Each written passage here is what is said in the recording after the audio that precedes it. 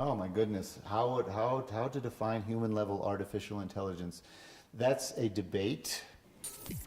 Boy, oh boy, that's a beautiful question, isn't it? Okay, so what do I think it's the ability to be aware of your surroundings, to be empathetic, to understand the inputs that you are getting from your surroundings, and then to act or react to them. I think that's what it means. Human level intelligence. But what does that mean? I don't think we should waste time on trying to define human level intelligence. We should focus on progress. And progress means that we have developed something novel, which generates interesting questions at the theoretical level and interesting questions for experiments. So let's just focus on progress and see whether it's interesting or not. I think the question, what is human level AI, is the wrong question. Because what is the most exciting thing about AI to me, and sometimes I say this, when I was a child, I wanted to be an astronaut. I wanted to explore space. And it wasn't just because I wanted a cool mission patch jacket. It was because space is where we will meet aliens, other civilizations who are different to us and who think differently to us.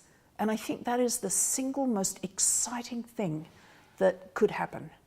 So I end up doing robotics and AI, and I realized that I am still that same astronaut. And this is my chance to meet alien intelligence. So right now, I don't care about human level intelligence. I want to know what other sorts of intelligence we can be developing right here, right now. One of the really interesting definitions of AI I saw recently at a conference, I can't remember the name of it. I'm sorry, woman who did this. But anyway, she sat down and figured out, because of the energy consumption, when you could get as much computation for the amount of energy that you consumed. And she did huge computations, all very, very carefully. And then of course you get a spread. In science, you're never certain, so you get a spread. But the average, the most likely value was like 7 years ago. And so she said, okay, so I know there's some problem. No one's going to believe this. And so I was the first one with my hand up at Q&A. I said, I believe that. And this was last year. So I totally believe we passed human level AI 8 years ago. And I think that's one of the problems, that people don't acknowledge it. If it doesn't look like Arnold Schwarzenegger, then they don't think it's human level AI. And and so therefore we can get deceived by things and the kinds of situations we're in with the democratic situation we're in right now. Human level AI is a very difficult topic. There is no clear opinion what intelligence really is.